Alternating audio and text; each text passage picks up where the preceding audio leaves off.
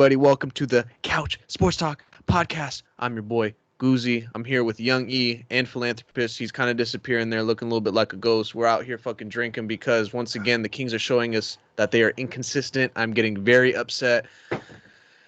They won, and I'm upset.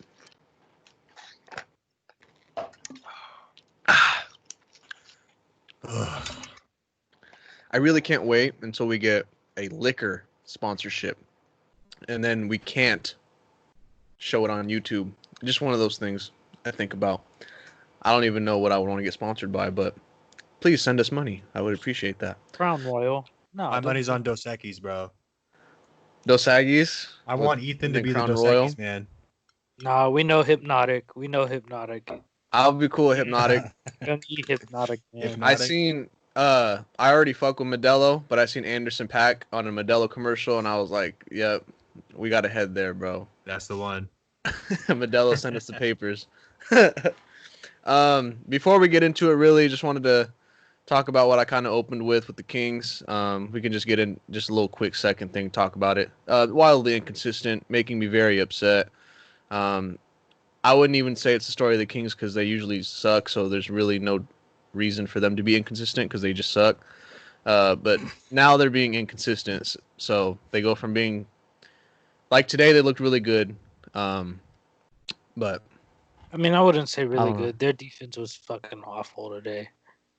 They still gave up 150 points. I mean, let's be real here. Well, actually that could lead us into our first topic with the NBA scoring. It's been high all around. Like, the scores have been absolutely ridiculous. What do you guys think that is? Because I'm even seeing teams that are ass scoring like 125, 130 a game. And we're talking about some of the best teams in the league getting scored on like crazy. But those best teams are then scoring more than that. So we're getting just ridiculous scoring. And I think some of that has to do with one big thing that I really did notice is that it seems to be more technical fouls are being given out. So there's more free throws, and that has to do with the refs hearing more of the shit talking. And sometimes, man, just let it fucking go. So I really hope this like, I don't know if the free throws, I haven't looked at the numbers, if they're actually that much higher. But some of the games that I've watched, I just really hope that trend doesn't continue into the playoffs.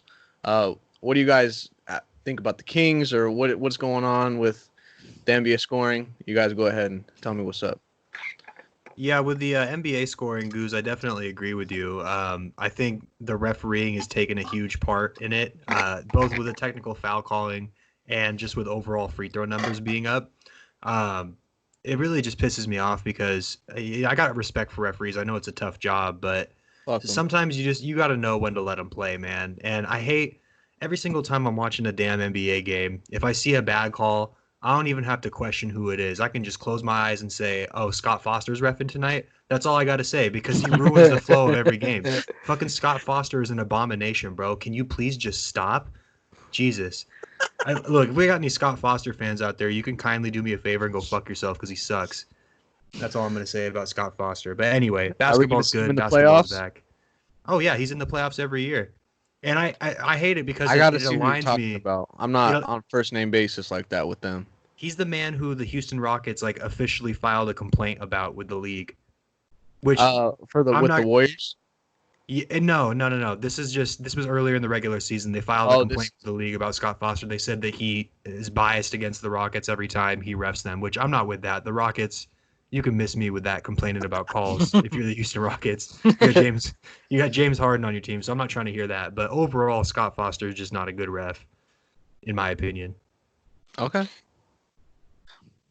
I mean, for me, I think the increase in scoring kind of has to do with, I think in these 8 games, everybody's kind of taking it easy. And if you're going to take it easy anywhere, it'd probably be on defense. So I think, like, from what I've seen from the games that I've watched, the teams have been shooting like 55 to 60%, which is just, like, from what I know, is just absolutely ridiculous. Like, I know an average team probably shoots about 40, low 40s. So, I mean, to see that is throughout a whole game is ridiculous. And in turn it turns into final score being 124 to 136 or 150 to 138, whatever it is, super high. So yeah, and then I don't want to talk about the Kings because they make me upset, but there's another team that's also been making me upset that I kind of want to talk about because I talked bad about them last episode, and I'm gonna have to backtrack on it because they're undefeated right now in this bubble, and that's the Phoenix Suns, and they're pissing me the fuck off. Can they start losing, please? They're gonna take that 8 seed, and I'm gonna be really mad about it. Yeah, no, I want to apologize. I was throwing some Sun slander as well. Stop it. But- Stop it. Y'all exaggerating, bro. Okay, look, They I'm haven't lost a game, not bro. gonna hit the 8 spot like he's saying, but I was 4 talking some shit. games. I didn't think they were gonna go start 4-0, so you got to respect that. No, they've been playing better than I thought they would play as well, but I'm not seeing it yet. They have a really shallow rotation. I'm not sold on Cam Johnson, their first round draft pick. I don't think he's that good. I think a lot of it has just been Booker. It's not even necessarily his production levels, but just he himself has taken his defense up to a whole new level. And I will say that I have a ton of respect for Devin Booker, more so than I did at the beginning of this year. And I definitely think he's on his way to becoming a top 15 player. So big respect to Devin Booker. But right now, I really think it's a race between the Grizzlies and the Trailblazers. I think that's going to be 8 and 9. I know the Grizzlies, Jaren Jackson just tore his ACL. But they're 0-4 right now in the bubble. The Grizzlies are, and they've had some tough, close games. So I think they're going to turn around. They're going to return back to normal. And I think the Blazers, obviously, so far, maybe other than the Suns, I'll give them that. But other than the Suns, they've been the most impressive team in that race right now. And I think when you look at their roster overall, I just think they're clear and far ahead of every other contender for that spot. So are you guys seeing because of the slow start with Jaren Jackson going down, do you see the Grizzlies falling to the Trailblazers possibly in the play-in game? Yeah, I mean, after the loss today, they're only, I believe, either a half game or 1 game ahead of the Trailblazers in the 9 spot. And that was crazy because coming in, they had, I think, a 3-game lead, which you got to think a 3-game lead in 8 games. Yeah, that's a huge deficit to lose. So they're really in trouble right now. And unfortunately, they have one of the toughest schedules left. They play, I believe it's the Raptors, the Bucks, and the Celtics as 3 of their last 4 games. So they're going to really have to. They honestly, like, if they really self-destruct, they might not even be in the play-in game. They might end up being 10th. And who could you see taking that spot? The Suns, games back. The Suns are 2 full games back, but if we assume that the Grizzlies keep losing, that 9th spot or that 8th spot is up for grabs. There might legitimately be 2 spots left. And that would be crazy because nobody predicted that to happen. Nope. It's really unfortunate with Jaren Jackson. I really actually like the way he plays. Yeah, he's a great young player. It's a shame. And one thing about him too, he stretches the floor. Mm-hmm. I can see him becoming a very good 3-point shooter in the next couple of years for a big, and that's just so effective when you have Ja who can take it down the middle so easily and he could just pass it out. So that takes away a huge dimension to their team, and he's also pretty good defensively and of course rebounding. Yeah. So that does suck, and I agree. I don't think that anybody's gonna stop the Trailblazers from getting that 8th seed. They're just, they have one of the best, if not, well, I won't say the best because I think that's Steph and Clay, but they have one of the best backcourts in the league. And CJ McCollum to me is very underrated sometimes. He is. He can be just as clutch as Damian Lillard is, and they both kind of have that killer mentality, and they just work so well together. And then you throw in Melo, who seems to be getting into his groove. He's feeling the vibes of the NBA again. He's showing who he really is, hitting those late 3-pointers. He's been very effective. And then he dropped a ton of weight too. Yes, he looks real good out there. And then Nurkic. Nurkic been going off, man. He improved. He really has been doing good. He's really improved the team though. He changes the team defensively, just getting the fucking boards, and then he dunked the fuck out of Bull today, man. That was nasty, man. He broke his leg a year ago. Now he's dunking on 7'3" big men. That's crazy. Yeah.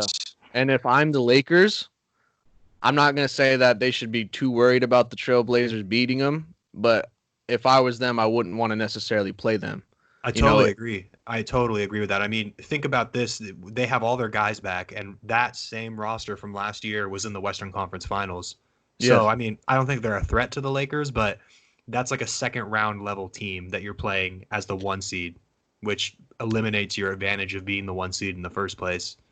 Well, and I feel like what it can cause is they go into a deeper series, and that hurts them in the rounds going forward. 100%. You know, you think if they go 6-6 in the first round, or even, you know, let's say they go 7, that really hurts them in the second round. If they're playing a team that was, you know, did a sweep or was 4-1, Yeah. you know, so You got to go play the Rockets in the second round Yeah. and chase them up and down the court. It'd be really bad for their legs. And then another team I kind of wanted to get into was the Thunder too, who have been very surprising in the bubble. Oh, I love them. The way they play basketball, they just play it the right way. We talk about all the time. They just play great basketball, and they have a great young core along with Chris Paul, who seems very determined. I wouldn't be surprised if they can come in and knock out one of the top 3 seeds, and do it, you know, just very quickly. They're a team that can just, I don't know, bro. I just like a team that's led by someone like Chris Paul, who's just a dog, because you do not want to face them in the playoffs. And Steven Adams, to me, needs to start getting more recognition for being that big man down low, because, man, he puts in work. So, what do you guys think of the Thunder? I'm so happy you came around on Steven Adams. You guys didn't used to like him, but he is he's still overpaid. I'm gonna give you that. He does have a very large contract, but he's always been really fundamental, solid. I always argue he's a top 10 center, obviously closer to 9 and 10 than he is to 1 or 2. But I'm hesitant to give the Thunder too much credit, just because I'm not a huge fan of Billy Donovan, and I never have been. But what I really think it shows is how much Chris Paul has left to give, and how good Chris Paul is really at his peak. I don't care what kind of stats you show me on Westbrook. I love Westbrook. I'm a big fan. But if you put a gun to Daryl Morey's head right now and ask him if he really wanted to trade Chris Paul when he did, I guarantee you he says no. Their style of plays are just completely incongruent. I think that it was an audible from ownership, and I think that Harden and Chris Paul beef was bigger than what we may have heard or be privy to at this point. But overall, man, the Thunder, I really love their 3-guard set. I don't know if you guys heard this, but Dennis Schroeder actually left the bubble to go be with his wife for the birth of his son. So he won't be there anymore. But they used to run this 3-guard set with Chris Paul, Dennis Schroeder, and Shai Gilgeous-Alexander. And they would have 3 bigs, 3 point guards, 1 wing, and 1 big. And it was really unguardable. It had a huge net rating with that team on the court. And I just really love their roster. I love Chris Paul, obviously. SGA is a budding star. I think he's going to be an all-star within the next 2 years, and it's a really good trade for them to get him for Paul George. And overall, man, I think they're a threat to go to the second round, you know, and they're going to give someone a headache in the second round. Whether that's the Lakers or the Clippers is yet to be seen, but they're going to take someone to 6. I can see that happening already.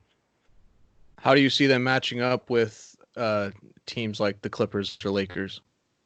They're going to lose, but they'll put up a valiant fight. The Clippers, just point blank period, they're the most talented roster here in the league this year.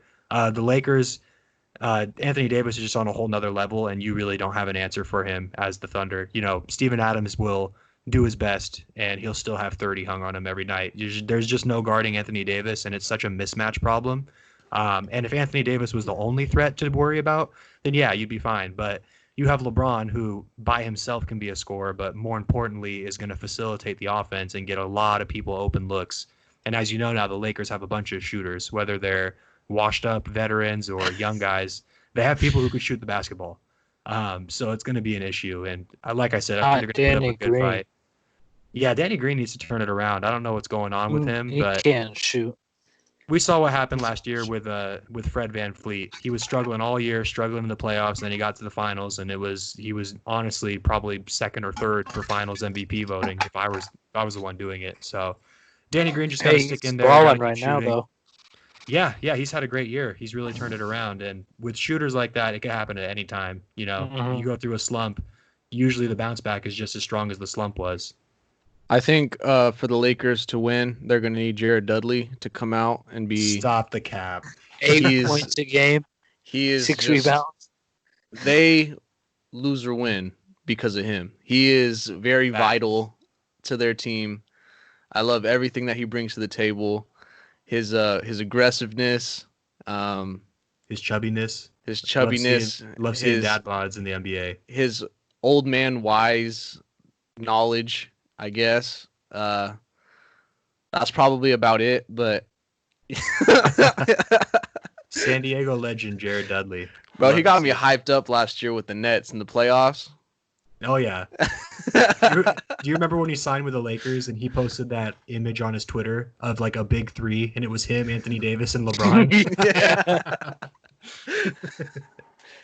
See, bro, he's the centerpiece. There's no other way to put it.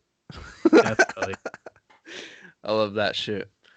On one more question, just because NBA is getting me really excited, just talking about it. Do you see any? Because I see now a lot of people talking about it. Do you see any weaknesses with the Lakers, and do you see it actually being a bad thing in the playoffs? Like, do you actually see it catching up to them, those weaknesses? Yeah. I mean, they don't have much depth. They have the best tandem in the league by far, but their third best player is Kuzma, I guess. I mean, really, I'd argue it's been Dwight Howard this year in terms of impact, but Kuzma can go for 30 on any given night, so I'll give it to him. But yeah, they really lack depth. When LeBron or AD is not on the court, or when they're on the court without each other, they're just not that good. So that's going to be an issue. I mean, the playoffs is not a time necessarily where you need that much depth, but you do need like 7 guys. You need 7 guys that you could really trust. And they do have 7 guys, but the Clippers 7 guys or the Bucks 7 guys are much, much better than the Lakers 7. So it's really Anthony Davis and LeBron are gonna have to put up combined 60 points a night, I think, to really win the title this year. Do you see anybody challenging them in the West besides the Clippers?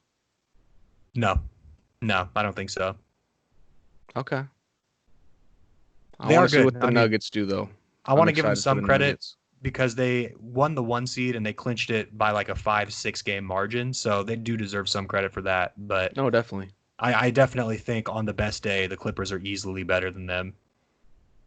And it'll be interesting to watch how the Clippers kind of build that chemistry throughout the playoffs, because they haven't really played that much together. So I'll be interested to see that. Youngie, you got any more basketball opinions before we move on to our deep dive for the day? I do not. I am ready for the deep dive. 10 All right, feet, baby. 15 feet. All right. So now we're going to go into our NFL deep dive. We are now heading to our side of the country, and that is the AFC West. We have, let me pull up these fucking standings.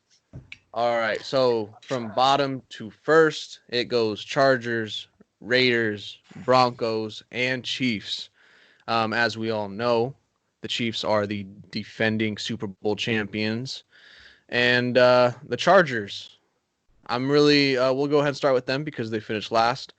I'm going to be honest with you, I'm not too informed about the Chargers and who's on their team anymore.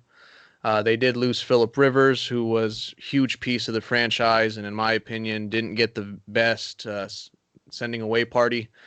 He could have, I don't know, bro. Just the way everything worked out for him, leaving San Diego. Dude never wanted to leave San Diego. Having no fans in LA. No one really seemed to give a fuck that he left anyways.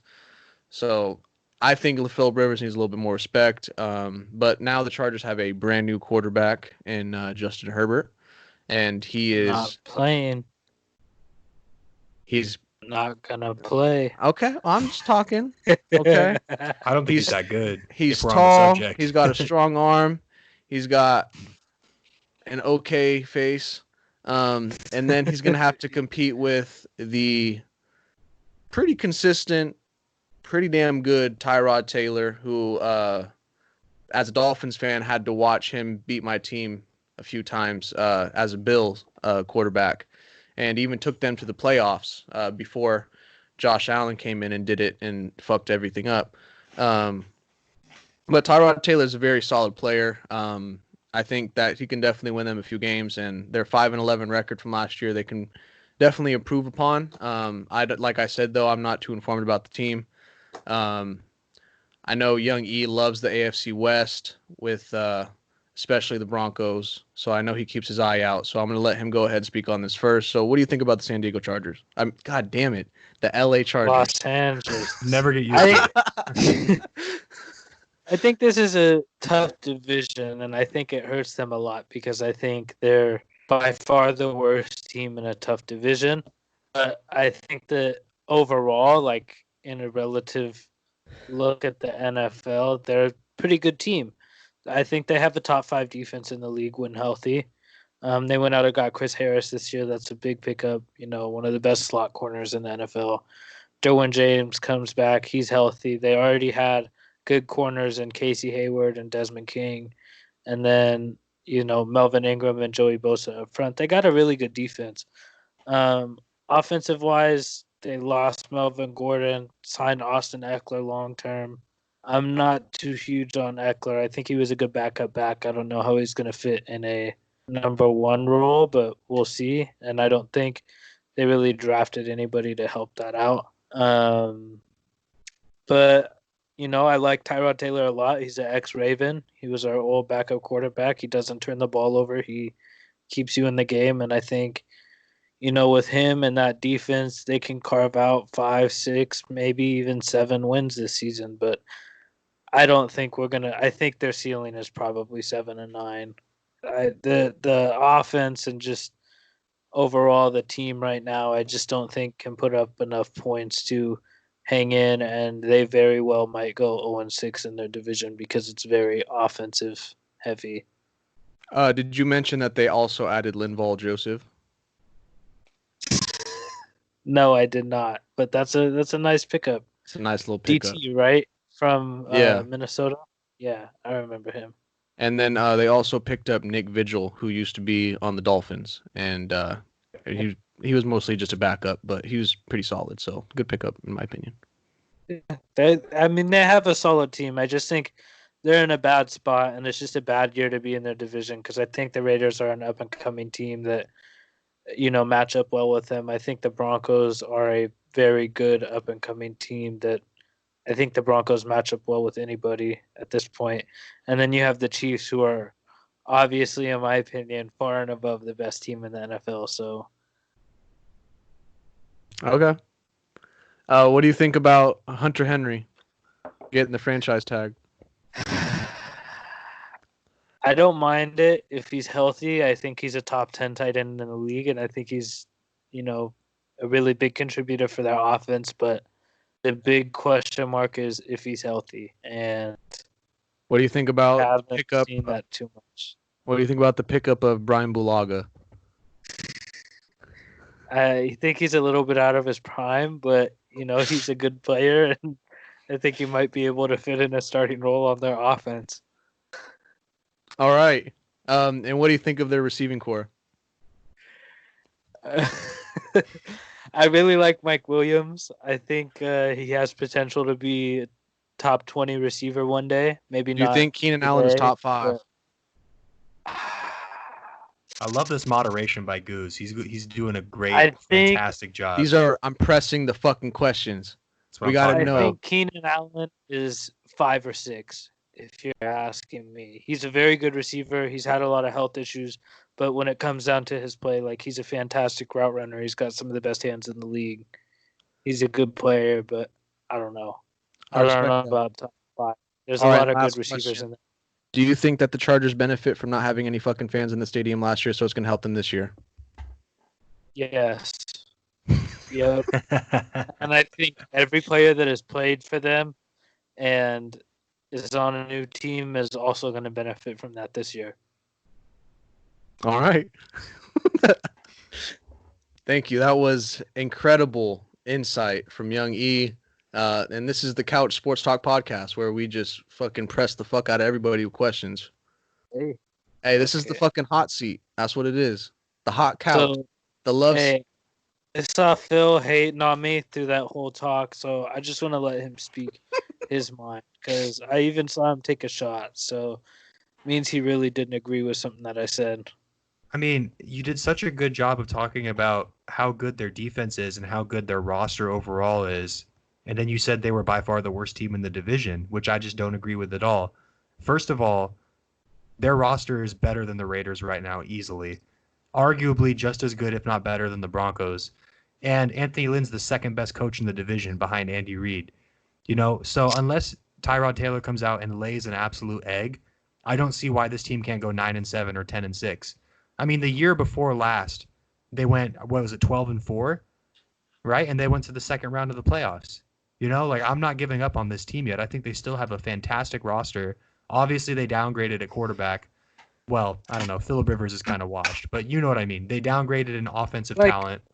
But we know Taylor is going to be a good quarterback, but he's going to Maybe max output, put up 250 and 2 or 3 touchdowns a week. And like I said, he's not going to turn the ball over. But is that enough to win you a game?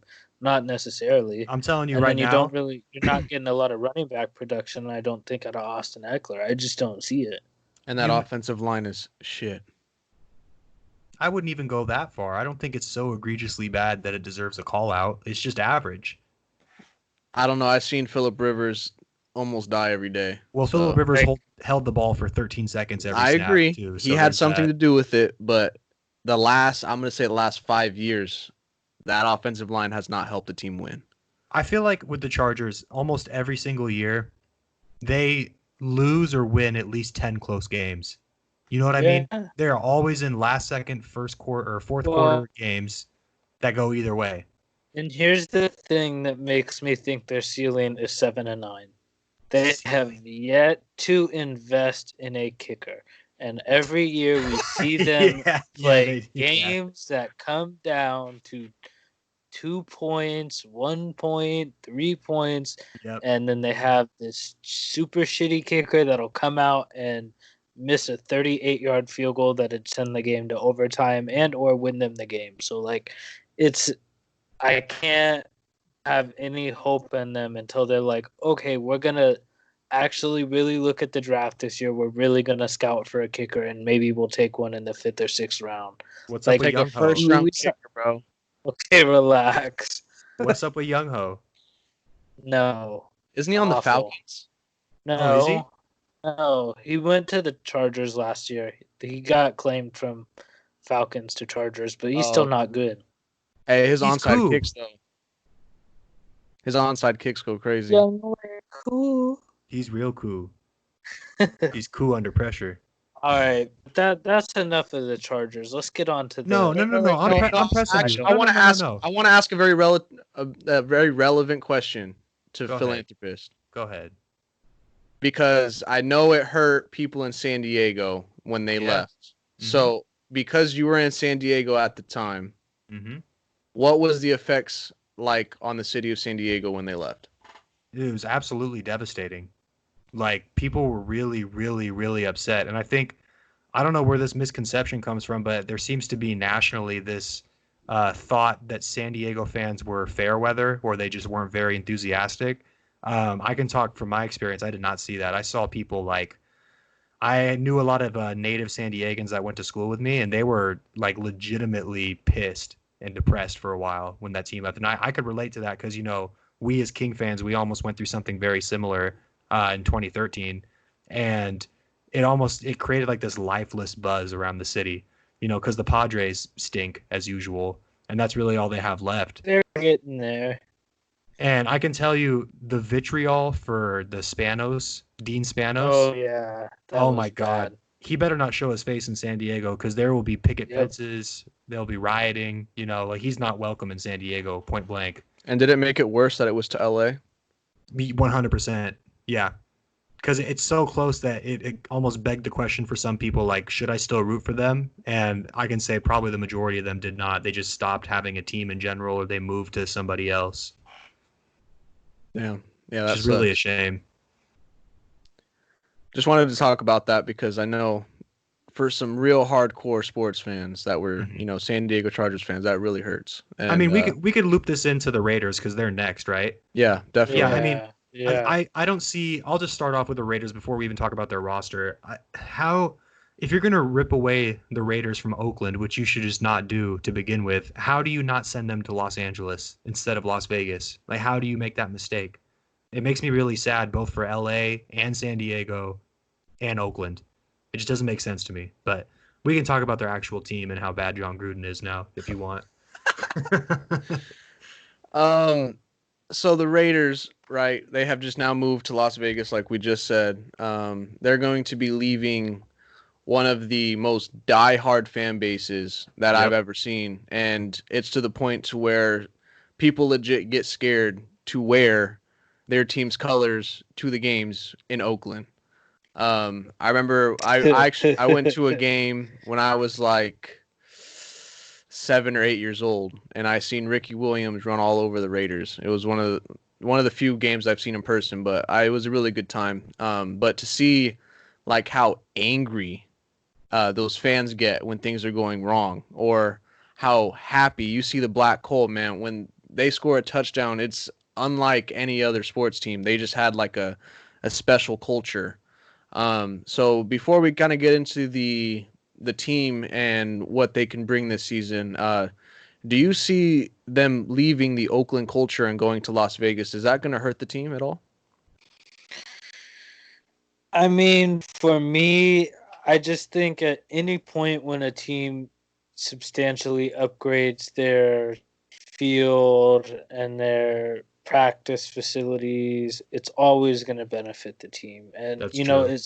it does suck that they're leaving Oakland and they're leaving a good fan base, but you know, we're not going to really see fans this year anyways, so it's going to be, you know, an introduction into that Las Vegas field. And you know, the quality of what they're now using as practice facilities in their field. I mean, let's be real, the Coliseum is shit. I mean, it's a fucking baseball field. Like, it's Yeah. shit. They Yeah. should not have ever been playing football on that. I'm surprised there wasn't more injuries. Like, I remember there would be games where, like, the 20 to the 40 would just be the dirt from the infield. And it's like, that doesn't concern you. Like, this isn't baseball. They don't have metal cleats. That's not concerning to you because that's concerning to me. So, It you know, just looked bad too. I think they'll benefit from it. I don't think it'll hurt them at all. Do you think it could give kind of like a sense of a restart for someone like Derek Carr? I think it's gonna give a restart to the whole team. I think they had a lot of turnover last year, and they're finally starting to get in Gruden and Mayock's guys. And you know, last year they had once we looked at it at the end of the year, they had a really good draft, like Yeah. top to bottom, all the way through the sixth round. Every one of those guys produced last year. Yeah. So I think those guys take a step forward. And you know, I'm not huge on Gruden, but I will say from what I've seen, I'm big on Mayock. That guy knows Agreed. what the hell he's doing. And, Agreed. you know, they very well might come out of this year's draft with another 6, 7 players that are going to produce big in their offense or defense or even their special teams. So I think they're a good young team. I think it gives them this whole sense of this rebuild, restart. We're finally going to shake off that 6-10 can't win Oakland name. Like they did it the one year they went to the playoffs, but they, you know, we know definitely where we're from. Like a lot of people talk down on the Raiders because they've never historically they haven't been that good in the last 20 to 25 years. I mean, I know they got some Super Bowls in the 70s or the 80s, but it's been a while. So I think it helps them out. And then I think, you know, I'll get into the team a little bit. I think them bringing in Marcus Mariota is a huge push too, because now Derek Carr knows if by week 6 you're 2-4 and you haven't produced, like you've been playing bad, switching it up. There's no questions asked. He'll be done. I don't think there's any questions about it. Like I think the whole organization knows if they're 2-4 by week 6 and Carr is 10 touchdowns to 8 interceptions, it's done for him. Like that was his last chance. Yeah. Go ahead. I agree with everything you said, Ethan. I think they've been fantastic in the draft. I mean, this year I'm a big fan of them getting Henry Ruggs just because I think they're a little devoid of wideout talent. And then last year, what was the defensive lineman's name? Is it Colin Farrell, Cleveland Farrell? Yeah. He was a beast. And then Jonathan Adams and Josh Jacobs were both great picks at the end of the first round, too. I mean, they really have knocked it out of the park in the draft. My biggest concerns with them really is just Gruden himself and his scheme, and also Derek Carr. And I wouldn't be too quick to jump off the Derek Carr train. I mean, in 2016, I thought this guy was a top 3 MVP candidate, and they were, what were they, 12-4 that year before he got hurt. So I guess this is the make or break year for them, and we'll see how it goes.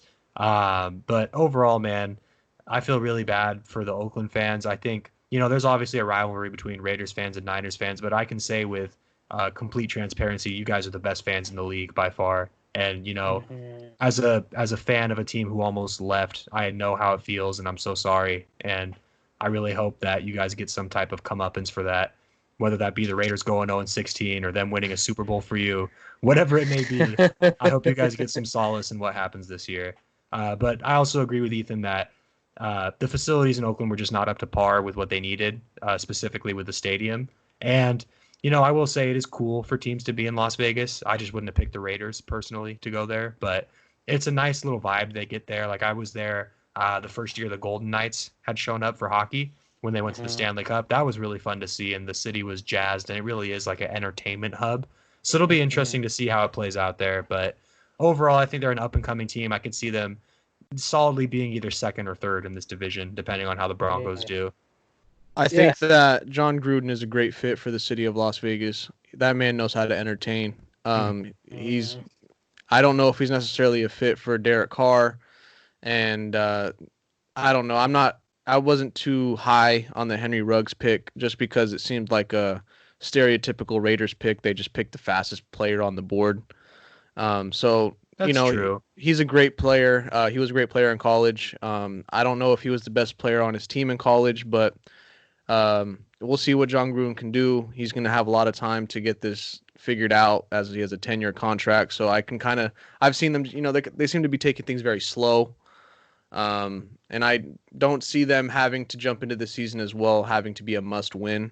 Right. So this kind of just seems like they're going to play it out again, just see what they have, see if Derek Carr fits. If Derek Carr is not going to work out, then I can see them just drafting a quarterback in the first round this next coming year.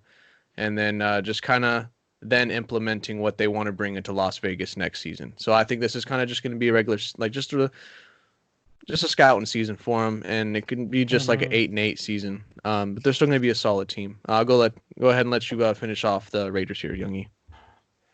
Yeah, I think they definitely have a 10-win ceiling. I could see them winning 10 games if Carr came out and played well, and Tyrell Williams could stay healthy, and Henry Ruggs ends up being pretty good.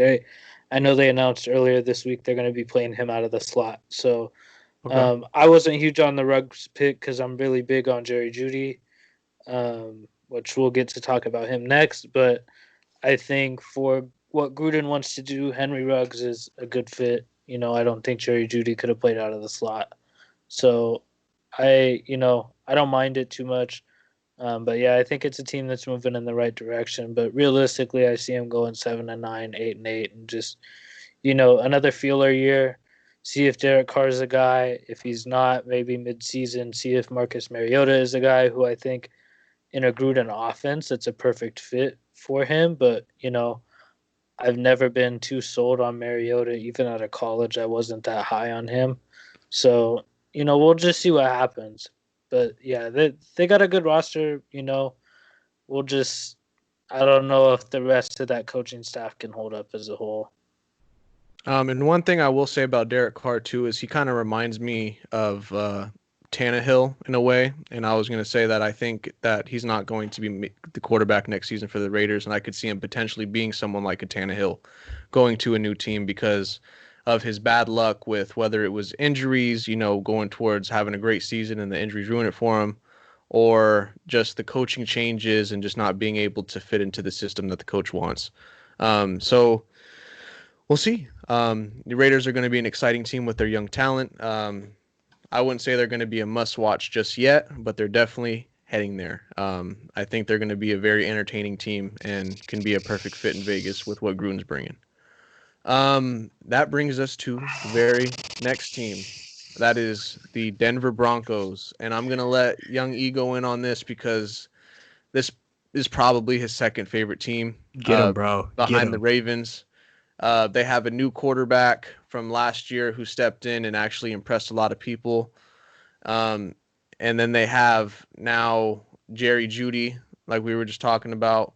So it'll be interesting to see what Drew Lock and Jerry Jeudy can do together. And their defense is still pretty solid. They did lose Chris Harris, right? Right. And I don't know if they're going to be able to recover from this, but they lost Joe Flacco. Terrible, man. Terrible. And then they did bring in Melvin Gordon, who's going to be able to provide some. I don't even know if he's going to be as good as he was with the Chargers in some of his best seasons, but with Phillip Lindsay and who's the other running back that they have? Devontae Booker. Yes, with the three of them, I think they're going to have a very effective backfield. And then this offense can be very good if they're hitting on all cylinders. And I do like the addition of AJ Bouye as well. Youngie, go ahead, lay it on us. What the fuck is up with the Denver Broncos this season? So you're right. This is definitely my second favorite team. I've been, they were always my dad's favorite team growing up, so I've always had an eye on them. But my favorite thing about this team is their depth. They are so deep at every single position. They have, two fantastic receivers. If Jerry Jeudy comes out and does what he needs to do, Courtland Sutton is on his way to being a top 10 receiver in this league. I think, last year he definitely cracked top 20, and I think he's just on this trend that's straight up. They have Noah Fant last year. They grabbed him in the first, second, or third round. Really good. Their offensive line is improving. I really like them bringing in AJ Bouye to, kind of swap for Chris Harris, a little bit cheaper option as well. And their defense is fantastic. You have Bradley Chubb, Von Miller is still doing his thing. Justin Simmons has emerged as a top 5 safety in the league. So I just think they're so deep, and it's hard for them not to succeed. And, I've watched a lot of their games, and from what I saw with Drew Lock last year, I really do think he has the potential to be a special player. He's, one thing I really look for in quarterbacks is not really the stats, but like if I'm watching you, can you do something that I don't see other quarterbacks do? Like with Aaron Rodgers, it was always the ball placement, and that's really what I see with Drew Lock is he has fantastic ball placement. He's really accurate down the field, and I think that can really help him moving forward this year and kind of taking a step forward. But I definitely see this team in the playoffs. I just think they're too deep to not make it, especially with 7 teams, because they could go 9-7 and take that 7th spot. I just think they're too deep. What do you think about all of that depth with a coach like Vic Fangio? I think Vic Fangio is a great coach too. I think after this year, we'll kind of be looking at, who is the second best coach in this division? Is it Vic Fangio or is it Anthony Lynn? They're both really, really good coaches. And, John Gruden's not a bad coach either, but I just think, Vic Fangio brings what is needed to be brought to the Broncos, which they went missing for a while after John Fox left. So I think they're in a good spot. And I think another thing too is they have a chip on their shoulder because I know Broncos fans and just people around the league were really talking bad on Elway the first couple of years he was GM, and a lot of people were confused as to him not taking a quarterback last year until Drew Lock, who I think they got in like the 3rd round. And so I think that puts a chip on their shoulder, and they want to go out there and, kind of put on some wins for Elway and just show what they can do. I think they just have a really talented roster. And another player I want to shout out from them, they got in the 2nd round, KJ Hamler. He was at a Penn State slot receiver. just another perfect fit in their offense. I think they built the offense. They have Sutton, they got Judy, then they got Hamler, and they have Noah Fant.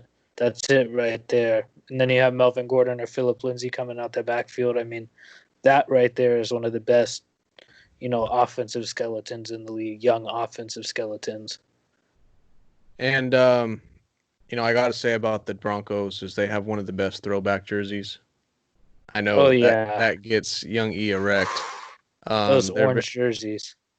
Yeah, very clean. Broncos, I've definitely one of the teams that I've watched as well growing up.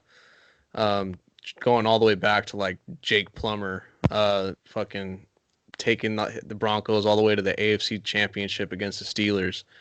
And then seeing Tebow time and then going to Peyton Manning.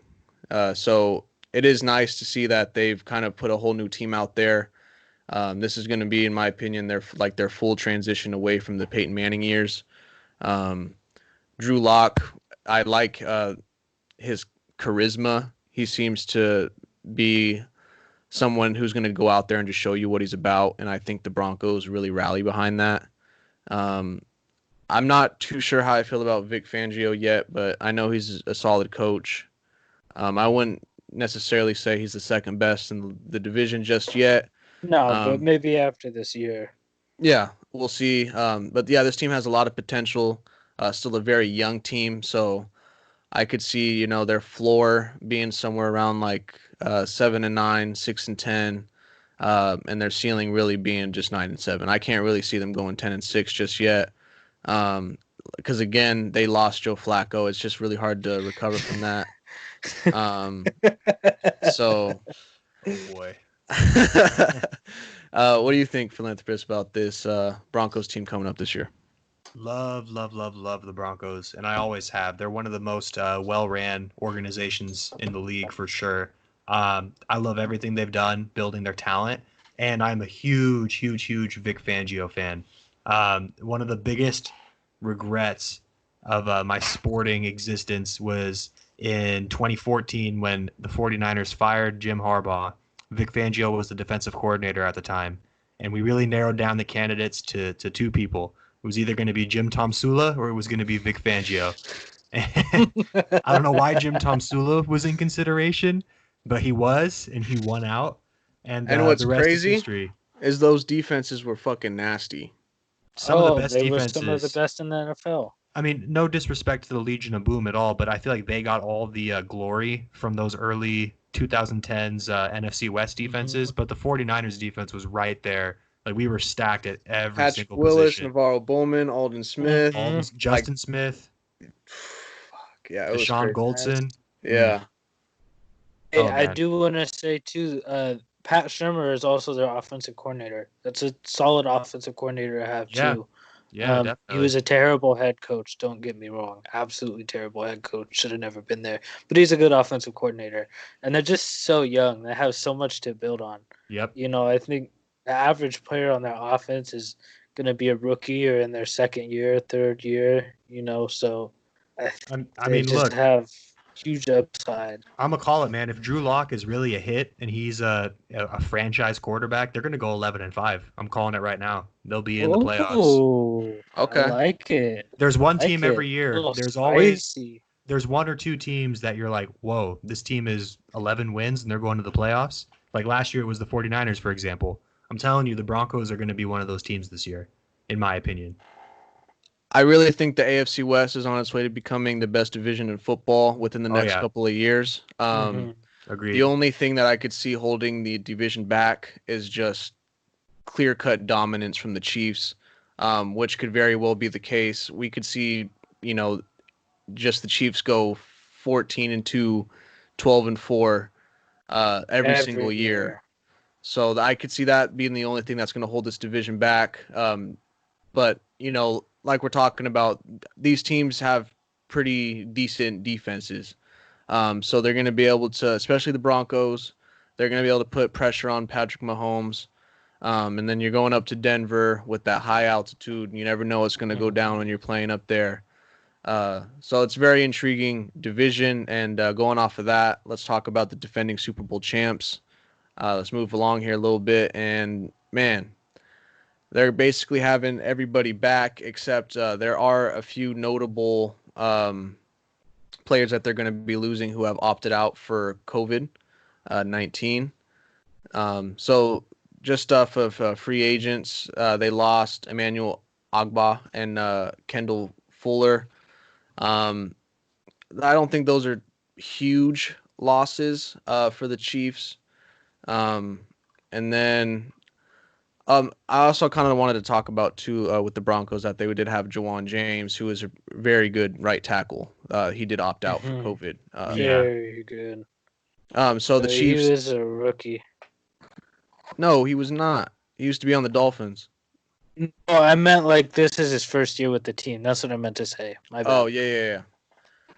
So that's that's a big hit. But with the Chiefs, they did lose two very big pieces on their team, which is their offensive lineman Laurent Duvernay Tardif, if I said that correctly. He is I believe he's the only doctor that's an NFL player, and he has chosen to work during this COVID time and just lend his hand out. So a lot of respect for that man. Definitely. To choose helping people over, taking the millions of dollars, man. That's really big. And then they're losing Damian Williams as well, the running back who has opted out, who, in my opinion, probably should have been the Super Bowl MVP. But you can't. Hey, he had a great game.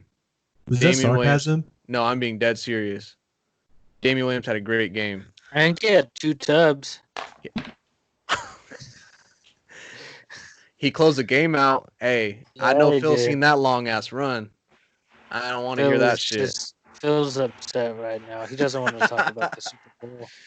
And then of course you have Tyreek Hill, Travis Kelce, along with Mahomes.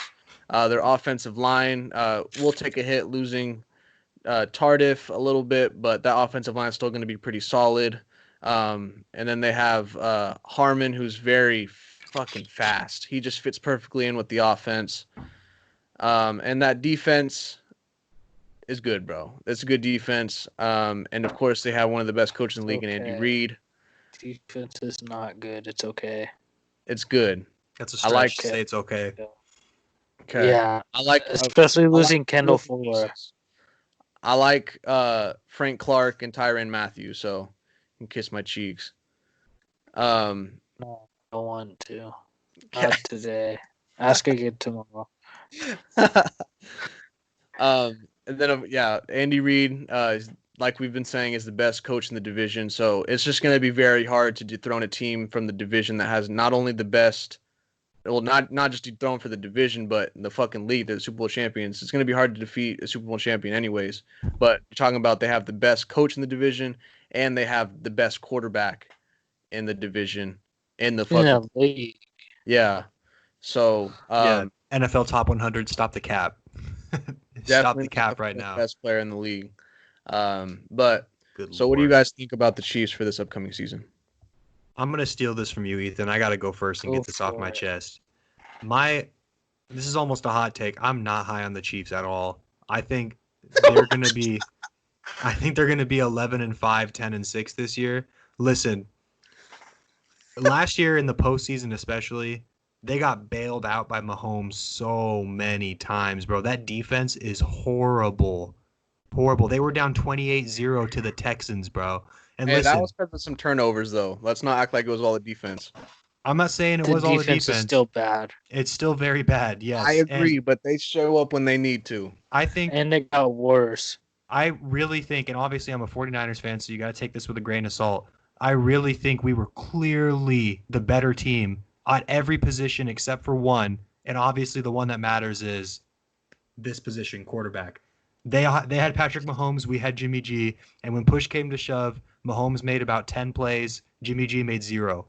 All right, and that's really the only difference that it was made, and they won the championship because of that. You know, I really don't think this is the best team in the league. I don't even think this is a top 4 team in the league, to be so honest with you. I really don't. Outside of Mahomes and outside of their wideouts, I'm not seeing it. I'm really not. Their defense has been a consistent problem for the past 3 years, and really the only thing that's changed is that Mahomes and Tyreek Hill, I'll give him credit too, have taken their games to a whole new level. I mean, Mahomes is at the point now where he can single-handedly win you games, which is that's an air of quarterbacking that not many people get to. That's like Peyton Manning in his prime, Aaron Rodgers in his prime. You know, he's in that level right now, and I really think, Aaron Rodgers still doing that. yeah, Let's not play. sure, we could even say that, but I'm telling you, I'm still salty about the Super Bowl loss, obviously, but really, I don't think they were even. I wouldn't even say they were the second best team in the postseason last year. They just had the best player, and it worked out for them. Just to kind of rebuttal you, like I've been saying the last couple weeks, I think this COVID shit's really going to impact teams more than we really think it is. Yeah, And teams that have had high turnover, it's really going to affect. And the Chiefs are essentially bringing back everybody except for the, Agba and Fuller. Sure. And so I just really think it's going to be hard for them to go 10-6, 11-5. I could see a 12-4 again. I could maybe see 11-5 if maybe the division's a little bit tougher. Wait, but they're not going to lose the division, and they're going to be in the AFC Championship game. Are they starting 17-game seasons this year? No, next year. Okay, for sure. I mean, I don't really have much to say about the Chiefs. They're the best team in the division. I agree with Phil. I think the defense is a problem. I don't think their roster is all that talented. I think Frank Clark and Chris Jones and Tyrann Mathieu really carry the defense. Outside of that, Kendall Fuller was a really good corner, but to lose him now, I don't know who they're going to replace him with, really. And I just don't think that, they have all that talented of roster. But they have Travis Kelce, they have Tyreek Hill, and they have Mahomes, which, from my experience as a Ravens fan, I know 100% with those three guys on the field, you could be up 48-20 with 5 minutes left in the game, and you cannot count them out of a game, period. One turnover, and they are back in that game. It's that simple. He is like the special player that when he needs to, he can get the ball and go down and score in a minute 30. Easy.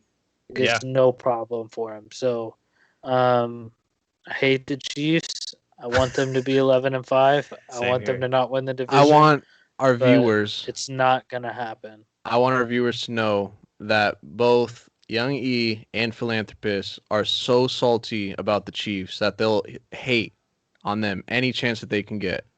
I really like they're just not good, bro. I really like their players. I just don't like the team. And I will say though, I don't even want to argue Clyde with you guys. I really do like Clyde Edwards-Helaire. Like he's I was just about to ask you about him. He's my sleeper fantasy pick for this division. I think he's a guy that can do both things out of the backfield. Honestly, he reminds me of a downgraded Christian McCaffrey in his play style. I'm not saying he's ever going to be near that good, but he can catch the ball and run with the ball in that same manner, just not that good. Like Christian McCaffrey's the best. Wait, hold on. But I know you watched a lot of LSU. So do you think he's going to be able to replace the production of Damian Williams? Yes, if he reminds me of anybody like previously a little bit, I think he reminds me a lot of Ray Rice in those good years with the Ravens when he was like, a top scrimmage yard back. He was, on the field. Obviously, I wasn't a fan of Ray Rice off the field, but like, he would have 1,300 rushing yards, but then he'd have 800 receiving yards on top of that.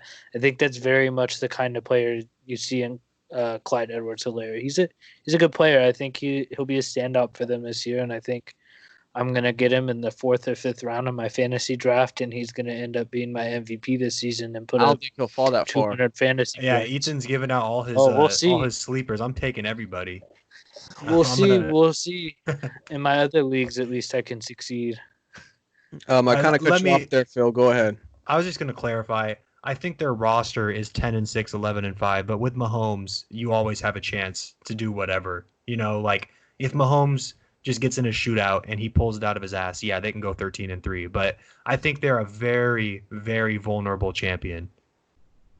I kind of wanted to ask as well, if is Mahomes the most talented quarterback you've ever seen? Yes. Mm-hmm. Yes. Just in the 2 games, the last 2 years against the Ravens, or the 3 games against the Ravens, I have seen things that I have never seen another quarterback in the league do. That off-look throw to Tyreek Hill 50 yards down the field, somehow he got open and caught the ball. That was the craziest shit I've ever seen. And I wanted to throw my phone through the TV. I was so frustrated, but I just had to be like, what the fuck are you going to do about that? Do you know how we all discuss as a group that those 2 Eli Manning throws in the Super Bowl are 2 of the best throws that we've ever seen, or specifically the Eli Manning to Mario Manningham throw? Mahomes does that 3 times a game or something equivalent to that. You know, and it's Hell yeah.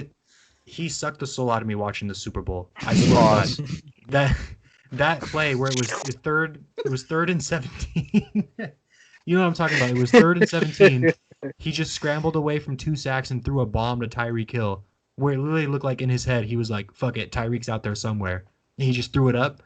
I can't believe that. Like, I have to deal with Russell Wilson twice a year, and then I have to go to the playoffs and deal with Mahomes. It's so stressful. It gets my blood pressure up. No, he's really ridiculous. And last question I wanted to ask about the Chiefs is, if Mahomes has a season like 2018 where he's throwing 50 touchdown passes, what is their record? I mean, has there ever been a 50 touchdown season where the team wasn't like 13-3 or higher? No. No. Just wondering, because you guys are gotta talking be. hella shit on the team, so. They're just not that good outside of their offense, bro. You What know did it, you too. ask? I'm sorry. What did you If ask? we have a season from Mahomes like 2018, what is their record? 13-3. Okay. I think they'll lose 1 game in the division. I think the Ravens are going to give them a really good run for their money this year. I don't know if we're going to win, but someone will beat that team. Whether it be the Texans, like a team that matches up really well against them, like the Texans. Just a high-powered offense where it can just be a straight shootout, and what it's going to come down to is Mahomes versus Watson, or Mahomes versus, I don't know, they might play the Seahawks this year. That would be an entertaining game. Mahomes versus Minshew. Mahomes versus Minshew, game of the year right there. Let's go, baby.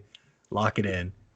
Mahomes is just one of those players where if he's on, I'm gonna watch. I'm really excited to see what he's gonna bring this next season. Coming off a Super Bowl win, I know he was upset, and I would be upset too if I was just won Super Bowl MVP and I won MVP in my first season starting, and I'm considered the 4th best player according to the players. So I know he's gonna come out and want to prove himself. I will say I do think that a team like the Ravens will beat them in the regular season, just because Lamar Jackson, I know he's going to come out super motivated to beat that team for the first time. But I just think it's going to be really hard to defeat that team in the playoffs, especially if they get the number 1 seed. The Chiefs, I think they're on the road to winning the Super Bowl again, if not just getting there. Or, like I said, I think for sure they're going to get to the AFC Championship. And I think the only team really that can dethrone them is going to be the Ravens. It's all on you, Ethan. Talk to your boy John for us. I'll reach out to the organization and kind of give them a little motivational speech, get them going. I know we need the Chiefs out this year, and we need that first playoff win for sure. So I'll get them motivated. Don't worry about it. Little known fact for our viewers: Ethan's actually in the war room with the Ravens organization all the time. So yeah, when the season starts and they want to bring in, a motivational speaker to get the season started, they can definitely call in Ray Lewis, but no, they choose Youngie every single time. Yep. Mm-hmm. Always works. They know who's going to get them hyped up. This 5'10" chubby white boy here to give them that motivational speech. Works every time. So how do you guys see the standings falling after this year for this division?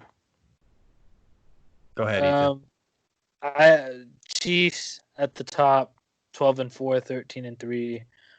Broncos in second, 9-7, 10-6, and I think then you have the Raiders in there anywhere between 7-9 and 9-7, and I think same thing with the Chargers, anywhere in there between 6-10 and 9-7. I do think this is one of the few divisions in the NFL where if it came down to the end of the season, I wouldn't necessarily be surprised if they have 3 playoff teams. I think the Chargers and the Raiders both have potential to surprise people, and I'm not going to call them a lock, but the Broncos are pretty close to a lock for that. At least that 6 or 7 seed. They got a lock. Yeah, they got a lock, Facts. so it's on lock. That playoff spot is on lock. Let's go. Go ahead, Phil. I'm gonna have the Chiefs at 11-5. I think they're gonna be the 3 seed. No home field advantage for sure. Also to reiterate that this is the first season, right? That the number 1 seed is going to be the only team with the bye. Yeah, so they're definitely not gonna get the number 1 seed. I think that's going to Baltimore. But anyway, Chiefs first 11-5. Second, I'm gonna have to take the Broncos. I think they're gonna put forth a 10-6 season. Really, really strong outing for them. Third, I have the Chargers at 8-8. And then fourth, I have the Raiders at 7-9. I think it's going to be a really competitive division. I think, like I just said, the worst team is going to still be 7-9. I think it's going to be one of the best divisions in football in the upcoming next few years. I see Chiefs winning the division. I don't even really think it's going to be close. I see them doing 12-4, 13-3, like you guys saying. I could even see it potentially being a 14-2 just with everything going on with COVID. And I think the team that's going to finish second in the division will be the Raiders. I could see them hitting like a 10-6. There was just some games last year where they looked like a good team. I understand that there were some games they just looked like complete shit. But if they can get it together with Derek Carr, who I like as a quarterback, I think they can do good. I'm not mad about that. 10-6, 8-8 for me with the Raiders. And then I kind of see the same thing with the Broncos. Although I will say I see them more going 9-7, 8-8. I don't think they can go 10-6 just yet. And then Chargers to me, they're going to be 5-11, 6-10 again. It's just too tough in the division, man. For real. It is tough. Yeah, it's a tough division. No lie. So it always is. I feel like it's always a tough division. And we don't know because like we've talked about with the Chargers, they had no fucking fans last season, so maybe they come out and go fucking 16-0. Fuck it. Just bring them home. Bring them home, Spanos. Come on. Stop this little experiment. Bring them home. The stadium's still there. It's not been knocked down yet. Just come on. Bring them back. Hell yeah. I would support that actually. But yeah, that's our AFC West deep dive. And I know Philanthropist has to get off probably here in a bit. Did you guys want to go into hot takes or have Young E go into a little bit of NHL? What's up? What do you guys want to do? Or you want to end it right now? I'm good. It's up to you, Phil. Let's do hot takes. Hot takes? Yeah. Okay. Who wants to go first? Why don't you go, our wonderful host? I want to hear what you have to say. My hot take, just after watching a lot of the games, I really think that it's either going to be the Lakers or the Clippers are going to get knocked out before the Western Conference Finals. Wow. Just the way with defense has looked awful. And that's going to be one of the biggest things that the Clippers are going to be supposed to be good at is defense. Obviously, right, they're not playing as hard, and Kawhi can step up, and Paul George can step up and play very good defense along with the depth of the team. And then, the Lakers, of course, they have the best tandem in the league. But I think with the lack of chemistry with the Clippers and some of the holes that the Lakers have, one of them can get bounced because the Western Conference, like we've talked about, is fucking great. It is going to be a tough road to the finals. Whatever team gets to the finals, it's going to be tough. And then on top of that, I mean, you just got to go face the Bucks. But I'm not talking about the finals. Just Western Conference Finals, it's going to be hard to defeat the Thunder like we were talking about today. One team that we didn't really talk about is the Nuggets. They're still going to be very solid. You never know with Jokic just stepping up. Maybe can make some big plays. Maybe come up and maybe challenge Jesus. Maybe he can challenge, Anthony Davis a little bit. Not saying that he's gonna change the game to where Anthony Davis does nothing, but that's a good matchup. I just don't know if they have anybody to match up with LeBron like that. And then like the Lakers are gonna probably it's like we were just talking about. I think they're gonna have to play the Trailblazers to begin with. That's gonna be a very tough series. And if they have to play the Rockets right after that, and then I don't know, man. It's gonna be a tough road for either team, like I'm saying. So I just don't think either team. I don't think it'll be Lakers Clippers Western Conference Finals. That's my hot take. Man, why would you wish that upon us, bro? We all want it. Why would you try to deny us of a Lakers and Clippers series? Hey, I just want the best team to go up. And to be the best team, you got to go up and fucking win. So I'm just seeing that there are some very competitive and complete teams in the Western Conference Finals that can really challenge for the finals. That's all I'm saying. I agree, but I think also if this were regular circumstances, no one takes the regular season seriously near the end unless they're like on the serious bubble of a different seed. So yeah. I like to see how round one goes, and then I'll reevaluate from there because nobody takes the NBA regular season seriously anymore. Yeah, definitely. I agree. It'll be interesting to see.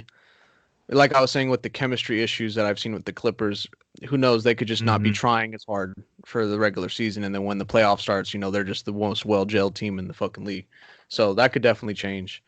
Just from what I've seen so far, and then like with the lack of home court advantage, it's just going to be hard to go through the Western Conference. So that's all I'm saying. It's going to be wild not having. I mean, I think basketball might be one of the sports where the home court advantage is one of the most powerful things. Because if you're in a packed basketball arena, man, it makes a huge difference if they're cheering in your favor.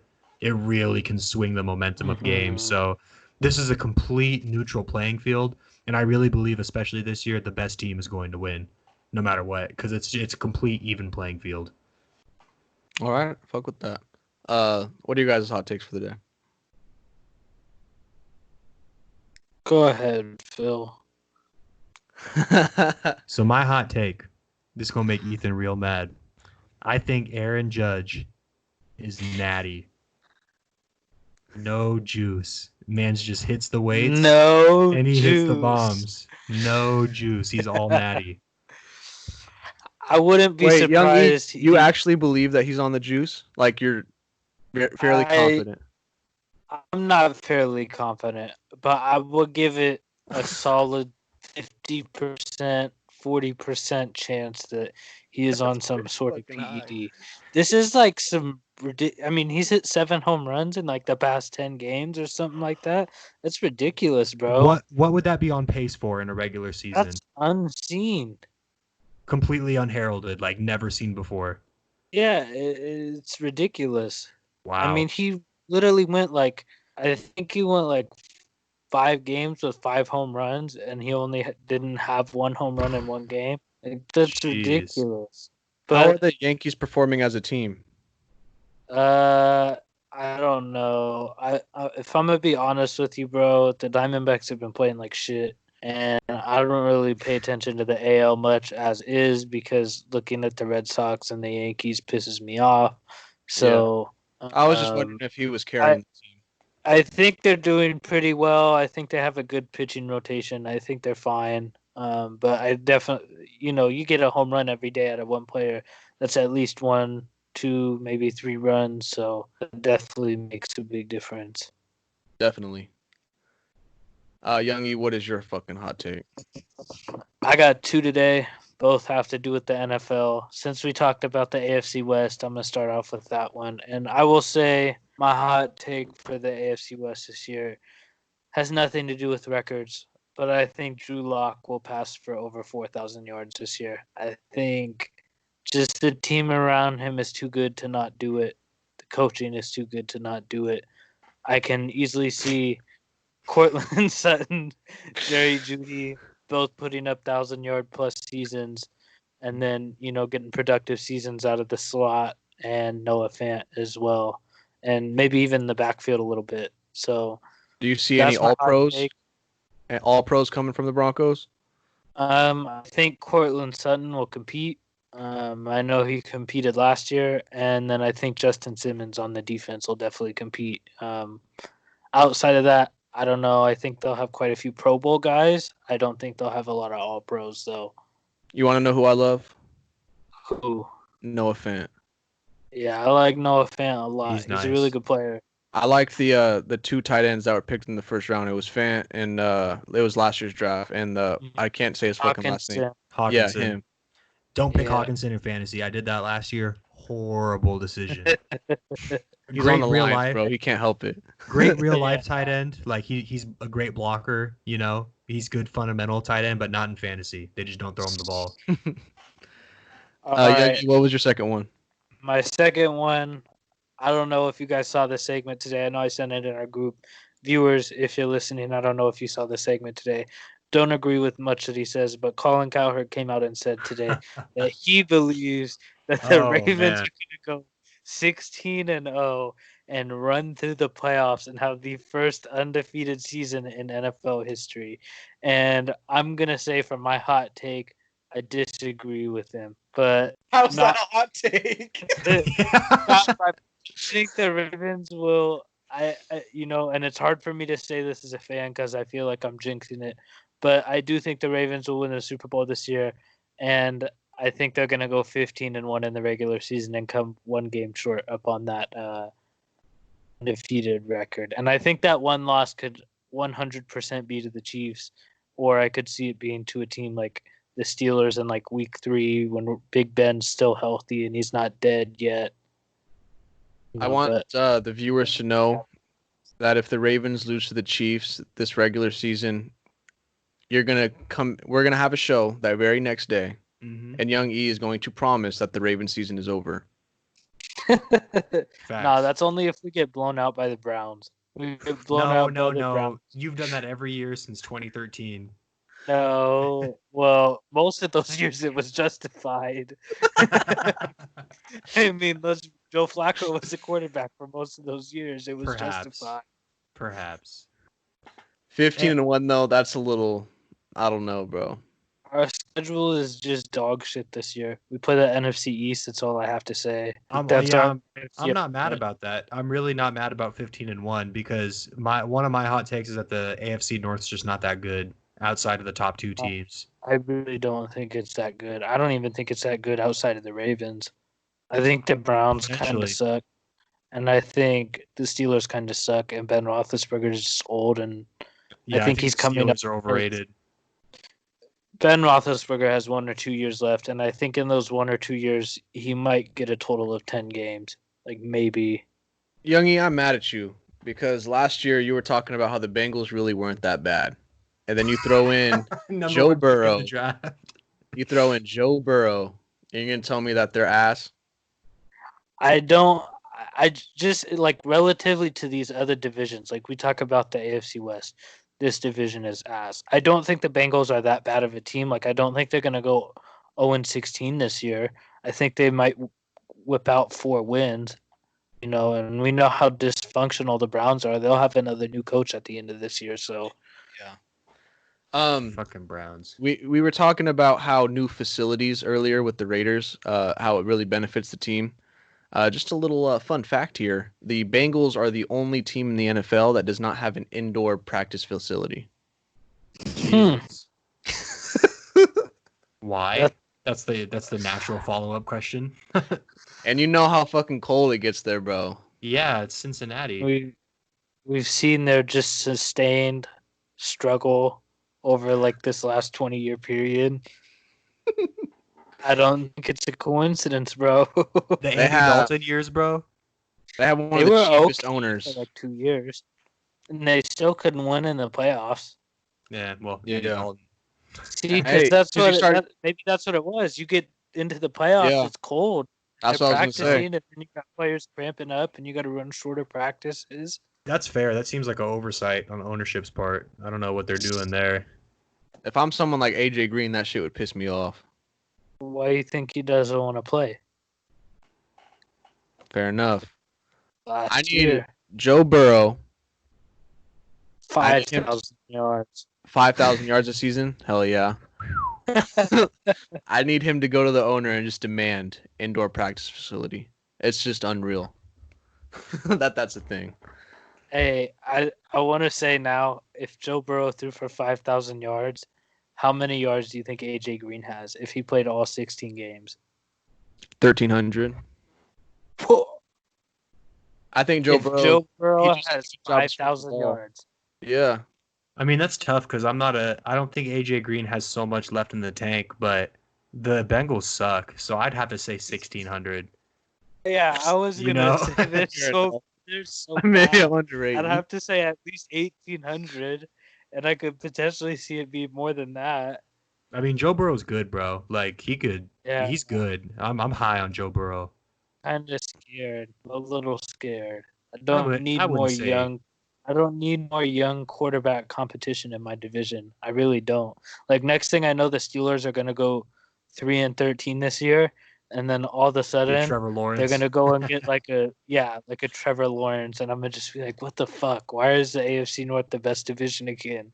Hey, you should take that over having to deal with Russell Wilson twice a year. Hey, That's much easier to deal with. another hot take for you. Ben Roethlisberger is going to win Comeback Player of the Year. Can we just put him in jail? I'm Like what? Hey. this close to leaving this conversation. We're at the end of the episode, so it's Yeah, like we're not right at bad. the end. But I'm about to No, end this I'm not conversation. letting Ben Roethlisberger off the hook. Hell no. If he would have gotten publicity for what he did 5 years later, he'd be out of the league. And I think it's so ridiculous that he got off the hook the way he did. I've actually looked into the Ben Roethlisberger thing. He's guilty as hell. He is guilty as hell. Do you remember It when is he almost ridiculous. died? I do, and I can't say that I'm happy that he's with us. Jeez. Jesus. He's All a right, rapist, we're bro. gonna save Blatantly. all of this energy for this will be we're gonna deep dive into the AFC North next Thursday, which will be for you guys next Friday. We're gonna go ahead and just end it right there. We're getting a little too crazy right now. I think the drink's getting to us a little bit too much. So this is the Couch Sports Talk podcast. I'm with No Big Ben philanthropist Young E. I'm Goozy. Thank you for watching. If you've watched it this far into the episode, we really do appreciate it. Seriously, it really doesn't matter who you are, even if you're fucking ass. Thank you. Just try not to be ass. Don't be Big Ben. Yeah, don't be Big Ben. Don't do it. Yeah. Keep your hands to yourself, and no means no. I'm just kidding. I'm not gonna wish death on Big Ben, but come on, man, just don't be a rapist. It's not that hard. All right, we're gonna save this for next week, okay? Because I want to get going for AFC North because I know Young E's gonna bring it. So Young E's gonna do his homework. And once again, we're getting the sports the same way as you are, watching it from the fucking couch. This is just our opinions, and we're just having fun up here. And thank you guys for coming out here and joining me for these. I really do. It gives me something to do during this quarantine. And I hope the people that are watching, it gives you something to do as well. Is there any closing remarks you guys want to give before we sign out? If you made it this far, thanks for making it. We're going to have a guest on Sunday's show. Yep. Thank you, everybody, for listening. Everybody have a blessed weekend. Make sure you fucking like the video and you fucking subscribe. Because if you're not, I'm going to be very mad at you. See that face? You're going to make me pissed. You won't like him when he's pissed. You won't. P-I-S-T. Pissed. That's how pissed I'll be. All right. This is the Couch Sports Talk podcast. I'm going to end it right now because we're going a little bit too much. This is hitting, bro. I'm telling you a little. Same here, bro. And one last thing before we end it. The Kings make me mad. That's all I'm going to say. All right. Thanks for watching. Have a good night. Have a good day. Have a good morning. Adios.